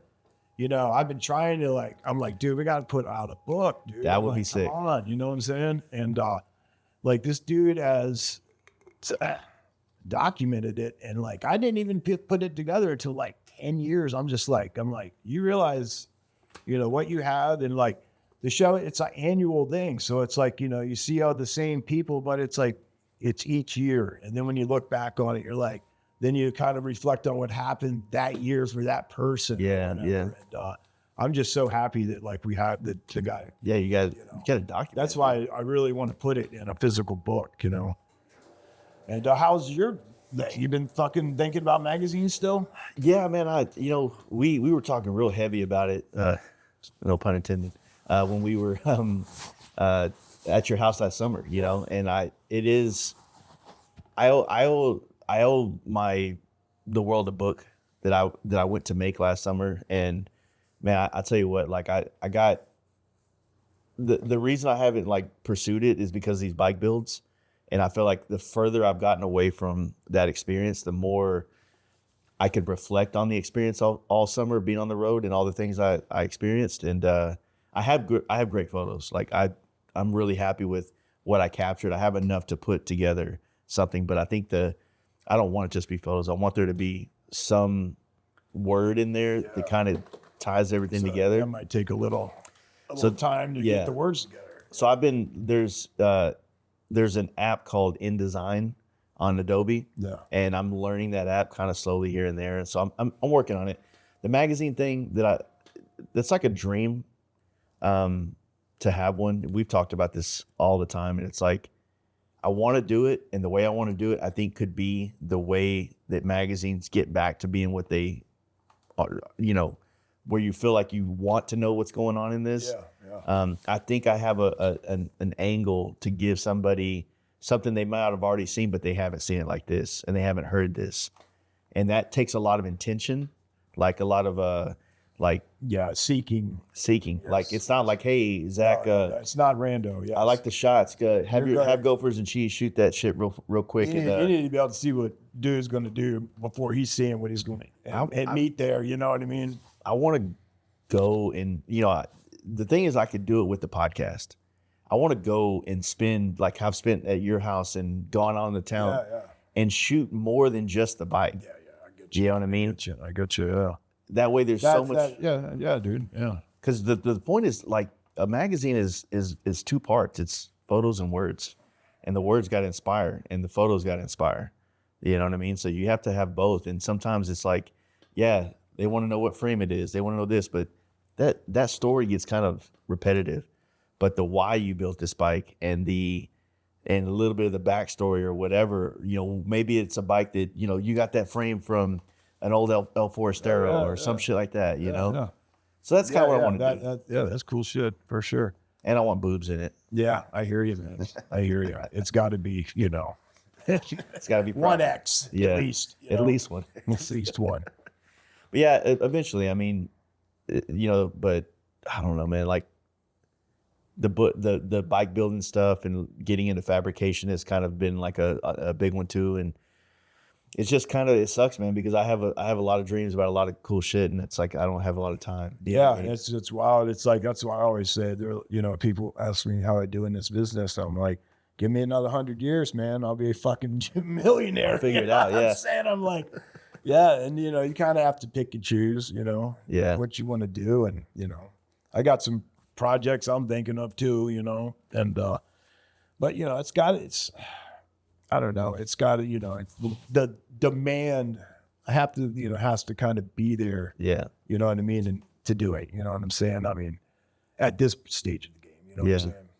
I kind of wonder if, like, okay, you know, maybe in the traditional sense of a magazine, like quarterly, monthly, whatever, maybe that's just not in the cards for me right now. But maybe if I could take a year's worth of stuff and put together a good coffee table, you know, magazine, where there is a lot of stories, there is a lot of, you still have the coverage of events. I think that might be more practical for me to be able to pull off that way. I don't have to, have the restraint of, oh shit, it's about to be, because when you're doing a deadlines quarterly, and that shit comes up quick. dude. You know what I mean? And you're working for other people at that point. Yeah. I'm saying. And then it's like it could, I know that there's a couple sponsors I could get to help fund certain aspects of it, but it's like you're not really trying to. I'm not trying to like. I'm not looking That's at where this. I'm at too, man. Yeah. Like, I don't think it's not something that's going to make me rich. If it could cover itself and be an asset to the motorcycle community of some form or fashion, then I'd say that's what our show is, man. It's like you're giving everyone their time to shine, man. Yeah. You know what I'm saying? And it's like, and you're providing a place for them to do it. Yeah. You know? And I mean, you never take all the cool out of the room, dude. You know what I'm saying? Yeah, You got to leave some stuff for everybody else, have fun with. How was Born Free Texas this year? Oh, I mean, I love that event. It's I'm partial to it because it's in my backyard, and I've been fortunate to have a relationship with Mike and Grant since it started there and help it grow in any way I can. Last year, it felt like it really finally had its own identity. Like it wasn't like it was like, we're going to Born Free Texas because this is the vibe, not like we're gonna go see if it's like California. Or No, I've been hearing that where people are like, this is Texas, and that's what you want when you go to Texas. It has its own unique hurdles. The thing that makes it badass is also the thing that makes it maybe not feel as intimate as like, I don't know if you would feel like Born Free Cali is intimate, but you can't not, like where your booth was, like you're gonna see just about everybody walk by at some point. Yeah. And at Born Free Texas, you might not, like I never even got to go to the swap meet. I didn't see a lot of vendors because it's way over there, and then my route was here and here a lot of the time. So there's those kind of hurdles and obstacles to overcome. But as it gets more and more people, it'll do better. The thing is that like, if vendors and people going treated it like, what can I do to make this better instead of what is this doing for me? Yeah. Like the event, like I think a vendor space is like $250 or $300 for a 20 by 30. And you could park your van and camp in the back or camp in it or whatever. So that's your room and board and your ability to sell shit. And if the vendors made it like, if everybody going involved was hyping it up the same way that the event is, then I think that people could get more out of it. You know what I'm saying? I do agree that like, I feel like there's, next year will be Born Free 5. And from what I understand, that Born Free 5 in Cali was kind of when they started really having a lot of the legwork done to where they could start being a lot more, the invited builders were getting a lot more, attention and things and shit like that. And, No, that's like, you got to step it up as far as more features on the builders and stuff. But that's something you could do because that's like what. Yeah. Well, I tried to do what I could, what I'd yeah. But just how you were talking, you know what I'm saying, about like, going a little more behind the build, this and that. It's like, a good thing for it. I miss all the early Born Free California, like video promos. And I mean, dude, they would send two dudes around the country to the West Coast to the East Coast, and they would stop and they would film the build. People's Champ did that, I think. Right, like the last one where when Biltwell took it over from Show Class, that they traveled around. Otto, I think, traveled around, did that, and man, dude, it just was like, you're like looking in the spring and you're just waiting to see what this dude's going to build and what kind of parts and this, and like you're like, oh my God, Harpoon's going to paint this. Like you're just like waiting to see this paint job for months. You know what I'm saying? And man, I don't know,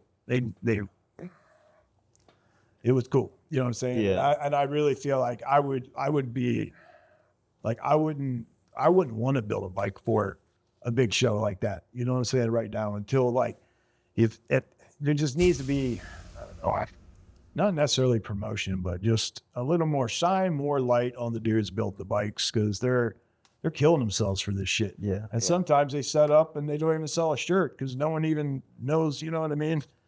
And I know what you mean by like, it's not, it's, it's like the vendors need to do this, but It's both. if you're paying fucking $1,000 to be there for the weekend, Yeah. then look, man, you better have this shit dialed in. You know what I'm saying? Because Yeah. it's like look at Born Free California. I mean, their vendor thing, that shit thrives. Yeah. People make money there. You know what I'm Yeah. saying? And I mean, I think that when people start to make money like hand over fist in Texas, it's just going to be more valuable for the people that put on Born Free to charge for that opportunity, right? But I do agree that basically there needs to be a little bit more of a concerted effort to showcase talent. on both sides of it, right? Look, when you cut the budget, why do you got to cut talent? Don't Yeah. cut the budget on talent. That's why we're coming. It's like, it's like, we want good music, man. It's just like, that shit always bums me out because I mean, I know the nature of it is when you just want to continually make more money every year, then, at a certain point you start cutting the costs of the event. And that's always the first I understand that. I mean, I feel like even some of Six Over had a lot of like pre-Born Free, like that old documentary from Dice. Dice put on.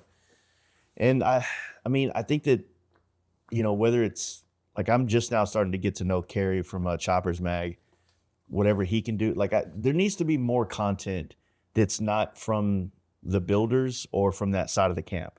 Oh yeah. Like the events as promoters need to promote more content of their own because they're selling the fight. They're selling the show. You need builders, you need vendors to have a show. Those are the two things that give people purpose to go walk into it.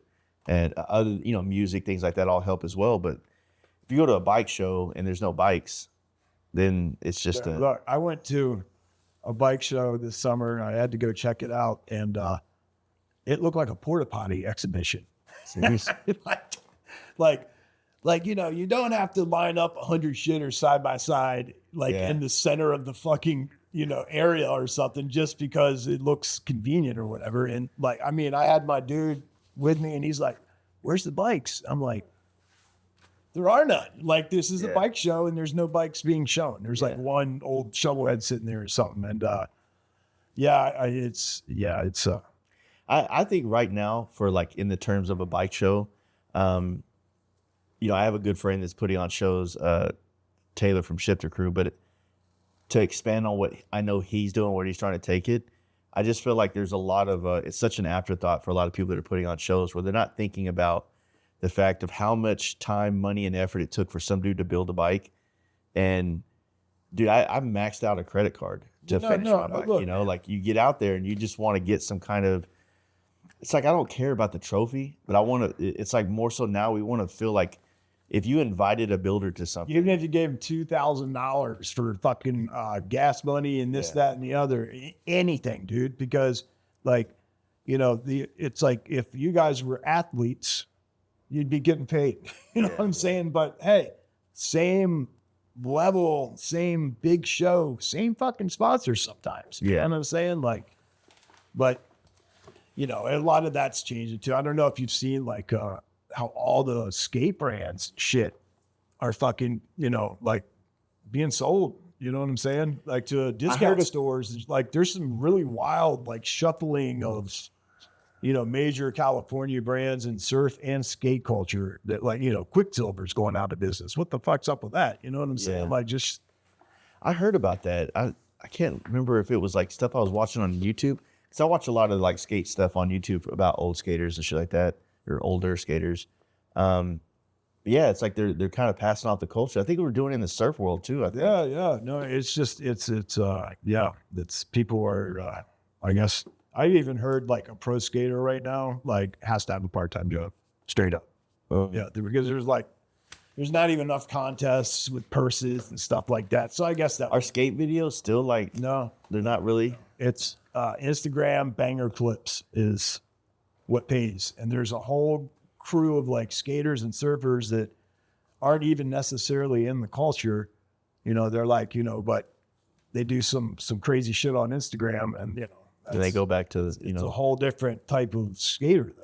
There's not the skater house anymore. That's the board brand pays the rent here, and it's just like 10 skaters that just crash there and party. I don't even know if they can do that anymore, to be honest with you. It seems like, I mean, it's wild to see, you know what I'm saying? I mean, it's not like Tony Hawk and shit like that. That's like, you know, I mean, shit, he probably made more money off his video game than he did anything else. But, you know, I mean, that would be the extreme success story. And where the wedding was actually in Fallbrook, California. Okay. And that's, Tony Hawk had his fucking mega ramp there. You know, I was Googling it. I was like, I saw like, he had like the animal chin ramp parked in his backyard there. I was just like, wow, dude. So I went to a tattoo convention in Del Mar like in 2000 and something, and the ramp was up. People were like, Tony Hawk's ramp's right over there, you know? Like, It's just, it's interesting to see how that's going to go, because it's like you're farming culture now. You know what I mean? If what made skateboarding so unique to me, why I was into it, was the culture in it. Like, to be like, when you say I'm a skater, you're not just saying I know how to ollie. It's like, no, we go fucking skate the city. I skate from here to there. Yeah. It's about transportation. It's this, you know what I mean? And that's the one thing they're saying, like the skate parks are kind of like a self-created prison, because you got these kids that like go to the skate park and that's all they skate, and they don't really bring it into their life. You know what I mean? And then you got the kids that like either get dropped off, or kids that skate there, you know, it's, obviously I was into skating, you know, before, you know, bikes and stuff like that as a kid, you know, but it's similar how the cultures are definitely different, and they're definitely kind of both suffering in the same kind of way. You know? Yeah. I think one of the things in the bike world that I've been trying to really push forward is like, there's new generations coming up that kind of want access to everything, but they're not actually putting any kind of effort or work. And you know, the term gatekeeper is like one of those things that people like to say is like a derogatory, or it's a negative thing. Yeah. And I don't think it is. I don't think it is either. And I wish we had done a whole hell lot more of it right now. You know what I'm saying? And the tattoo world, like, they're going through it as well, where, you know, at one point you did an apprenticeship, you know, you worked for that person for at least a couple of years at their shop. You know, it's like, it's like this, the new kids, and, you know, now they just teach themselves how to tattoo and open a shop. You know what I'm saying? It's like the old school, like, order of things, you know, is definitely out of whack. You know what I mean? And I've been getting more into the tattoo culture again, because I feel like they're getting ready to go through kind of a renaissance, man, because right now if you learned the history of tattooing in America and the people and players involved and the backstories on some of this shit, dude, is like mind-blowing shit. Like, and I noticed that there's people that if one dude came up with a quote or a one-liner that made sense 50 years ago in the tattooing world, these other people have adopted this, and it's like it's just like, it gives me goosebumps to like, you know, see how what's happening with tattooing right now, because it's like you got everyone's tattooing. It's more saturated than ever, more shops than ever, but man, the OGs and the people that are like us in the bike thing, they're coming into being the elders at a certain point, 10, 20 years. It's just like, I don't know. I think we're going to see, like with the choppers thing, we've seen a lot of people from, like, you know, the FXR dyno community. Yeah. We're seeing a lot of people from the tattoo community too. And I think the tattoo community is going to be the next big creative push with, you know, choppers and stuff like that. Without like the process to get access to culture or access to learning things, then you don't really value it as much because you got it from YouTube or whatever. Oh yeah. You know, so that's like I'm devil's advocate or contradicting myself right now. Like, I want to put this out there. It's like the YouTube is like, when you hear it on there, it's one thing. Like I said, man, like I feel like the armchair quarterback, you know what I'm saying? It's like, there's a lot of that kind of shit going on. Yeah. Well, when I say like gatekeeping, I mean more so like it's gatekeeping to give you the best experience, right? It's not gatekeeping like you're not allowed here because you're not like the right shoes or pants. It's like, look, if you follow this path, it's think of it more like it's a sidewalk. You know, it's not a gate, it's just a sidewalk. And if you want to get into this place, you need to walk down the sidewalk, right?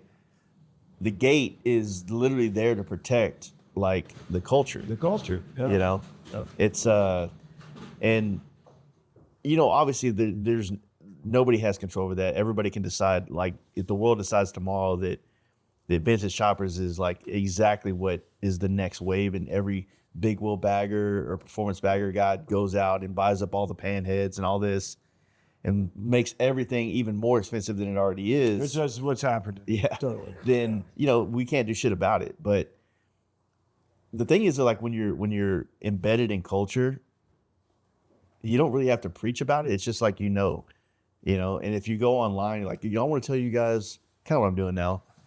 I want to tell you guys why you're not doing it right. Like, I don't ever want to be that dude. Yeah. But on a podcast, on an intimate conversation, I would say that, like, I spent the last, when I did the Max Shaft podcast, and that was I was already kind of really drinking the chopper Kool-Aid then. But when I did Max Shaft's podcast, 2023, dude, ever since then, man, I've just been like really wanting to get in here, but I wanted to understand it more, you know, and I wanted to not figure out why. I want to understand why through conversations and people and meeting things and take this shit slow, because I want this to last. Exactly, man. It's like you don't have to go buy a bunch of shit. Like, yeah, fucking exactly, man. It's and like none of the chopper dudes I've ever met, and of course I might have a little bit of a different angle because I'm a part of the industry and shit like that, but I've never felt like no matter what I was riding that I was not allowed to be there. Chopper Supply Co. I remember I had a big wheel fucking bagger, and Kenny, he's like, dude, ride through here. I was like, I'm not gonna ride that. I'll ride my Dyna. But you know, he never gatekeeped. He just, hey, if you want to come check out what we got going on, you can see it.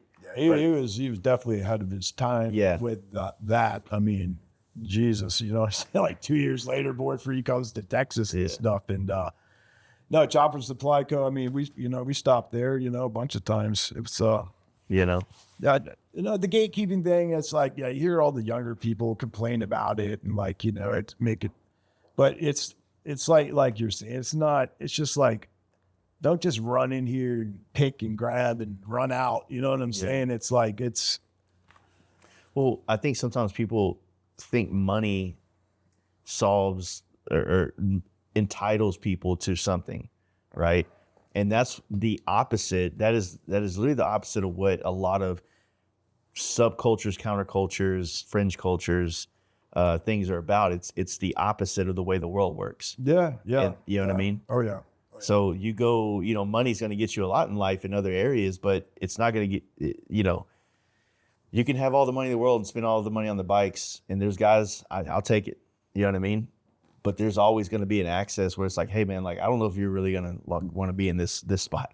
You know what I mean? And because you don't want to be in this spot, you're never going to get why.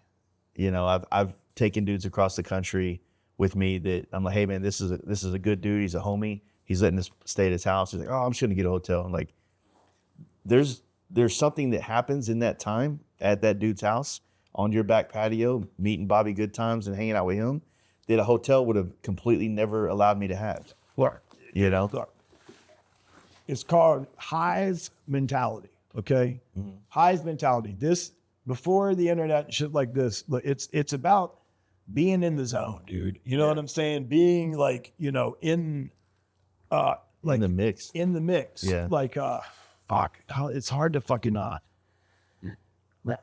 yeah. It's just like you found yourself on the porch talking with us, you know what I'm saying? And yeah, you start to hear stuff, and it's not only that, I can like not see someone for a couple months, but if we're on the same wavelength and stuff, when you see them, it's like you saw them yesterday, you know what I'm saying? Yeah. And I really think like before the internet, man, that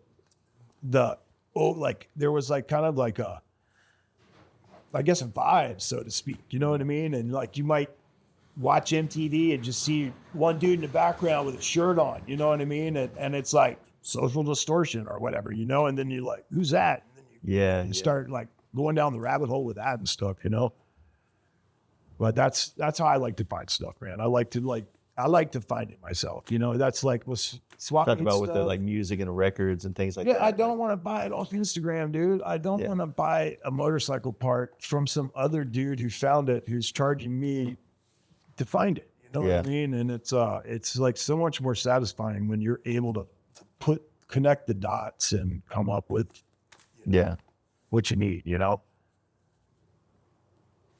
Yeah, I feel you. It's like I said, it's not that like I don't like what I'm saying. I'm not trying to say like this is the way or this is the only way or whatever. I'm just saying like the feeling. Like I remember being a part of the skate culture when I was a kid, and you know, I wasn't born into the motorcycle culture. I wasn't born into the skate culture. I feel like society pushed me into those things, and I guess because I don't know, maybe because I did live half my life without the internet, you know, that there's a part of me that understands like a little bit of nostalgia of what it feels like to look at a photo album, what it feels like to, dude, look at a magazine, a Trans World or a Thrasher back in the day, and just be like, No, like oh shit, they're doing that now? not only that, man, reading, dude. Yeah. All right. You know, when I was a kid, I read like every night. Like I like all my knowledge was from reading.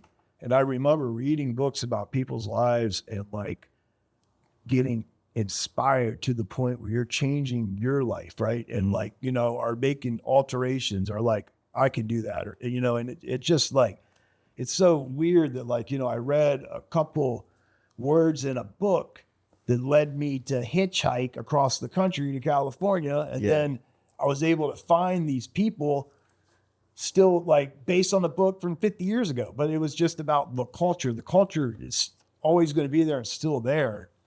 And it's always there. But like, sometimes I feel like, you know, we're like, there's like, we're all tuned into something, you know what I mean? And, You remember like the whole thing? I mean, Like, 90s is like, we got to get to, if you want to be in the music, movies, you had to get to LA, right? Yeah.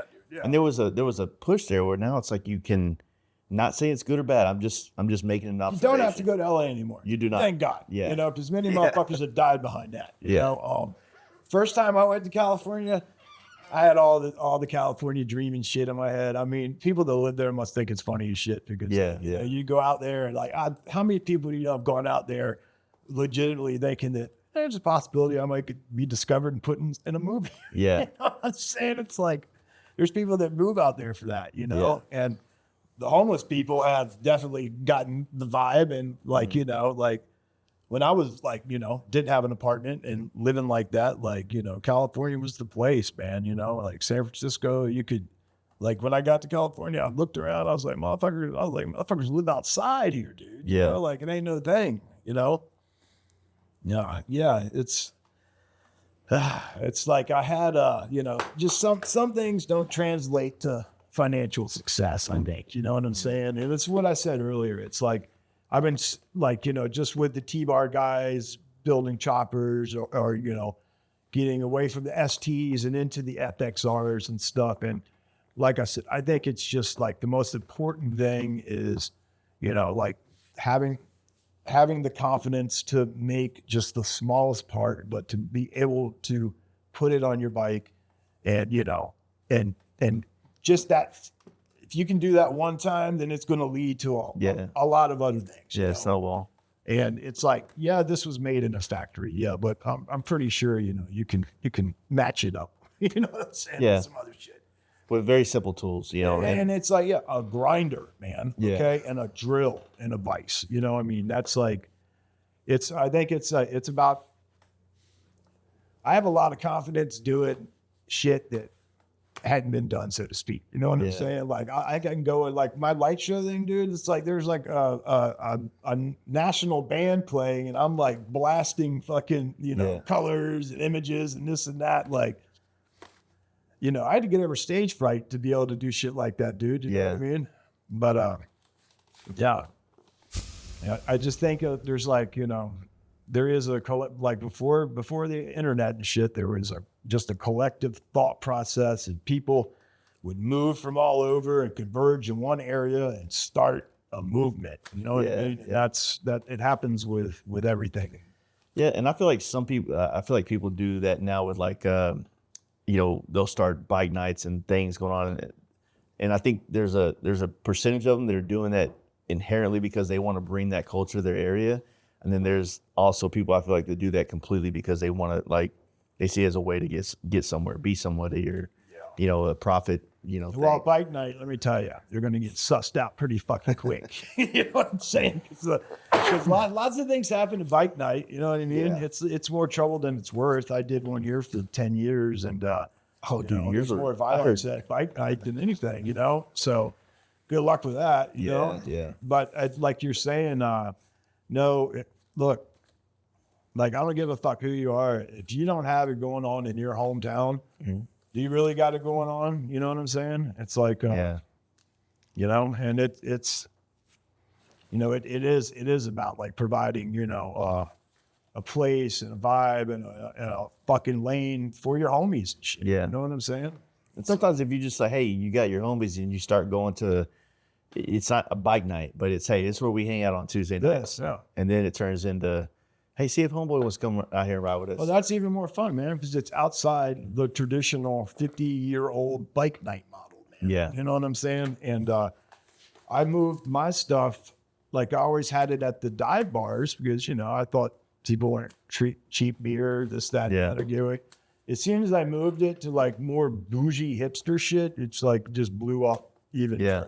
Yeah. You know what I mean? Because like, where do you want to take people, on a journey where if you fucking take the wrong steps, you're going to get punched in the face? Or do you want to take them somewhere where they can get a nice taco and some beer and chill out? And not worry about their personal welfare. Yeah. And that's where trust comes in. And I think both have a place. I mean, we don't have as many bars that are divey down in Texas as like obviously we got a lot of stuff to choose from here. But but we have some that have the chill vibes. That we want that because we want the bar to want us there. So we want the patron, like the vibe at the bar to not be like, oh, you're getting in the way of the college crowd or the fucking, the people that do their hair and shit. You know what I'm saying? Dudes that do their hair. So it's like, you don't want to infringe that. We just want to be at a place where people come in and they get beers, kind of divey, but kind of like just more chill vibes. Yeah. The music's loud enough to hear, but not loud enough that we can't have a conversation across the bar. You know what I'm saying? Yeah, finding the right spot is everything. And it goes back to, Full Tilt, where the spot we have now, it's just like, whole different show, man. You know what I'm saying? And it was so satisfying to finally get, just to the point where people are hanging out all weekend. I went from 6 hours to, 38 hours. Yeah. It was, some good shit. Yeah. Well, shit, man. I know we it's early in the morning for us. Yeah, I'm fried. Yeah, me too, dude. I've been on the road and you just flew in and barely woke up, and I just really wanted to see you on this trip, and I made it to where we could kind of hang out a little bit before before I had to go back to Texas. But I'm gonna come back up here through. I don't know what I'm gonna Mama do. Tried? I'm definitely coming to Mama Tried, and it's too far away to say exactly how I'm doing it, but I do want to come back through here, because I want to do a podcast with Donnie Smith, just the OG hamster dude and that kind of stuff, just to kind of be in that spot. But also, like, I think I'm going to do a big loop through Michigan the next one they come across the lake or around. I still got to get with Bobby. Bobby's been completely like saying he's down whenever. But like I haven't been back to Chicago since I left your spot, and I just went right through it. You know what I mean? Well, so with him, they're right on the outskirt of like the west side, so it's kind of interesting. Like 100 shootings in a weekend in Chicago. That's what I heard. Yeah, I'm not seeing any of that shit. I heard the west side was like a real rough side. So yeah, I mean, it's like it's got its spots, but it's a lot safer than people. Yeah. You know what I'm saying? Yeah, and being with somebody that's from there is fine. Like it. Or they got like the O Block projects where like all the drill music came out of and shit. Yeah. Like those dudes, the rap culture is funny because it's like with rock and roll, like to be a real rock and roller, you had to like really live that life, and maybe you're shooting heroin, you know what I'm saying, or like or your girlfriend's a prostitute or something, like these were rock and roll or blues musicians and stuff, and like the rap dudes, man, they're like keeping it real. It's like they're fucking killing someone before they even put out a mixtape. You know what I'm saying? They put it out. Like it's like, god damn, that's like it's almost like punk rock. Man. Oh yeah, 100%. Yeah. But yeah, I appreciate it, man. Thanks for everything.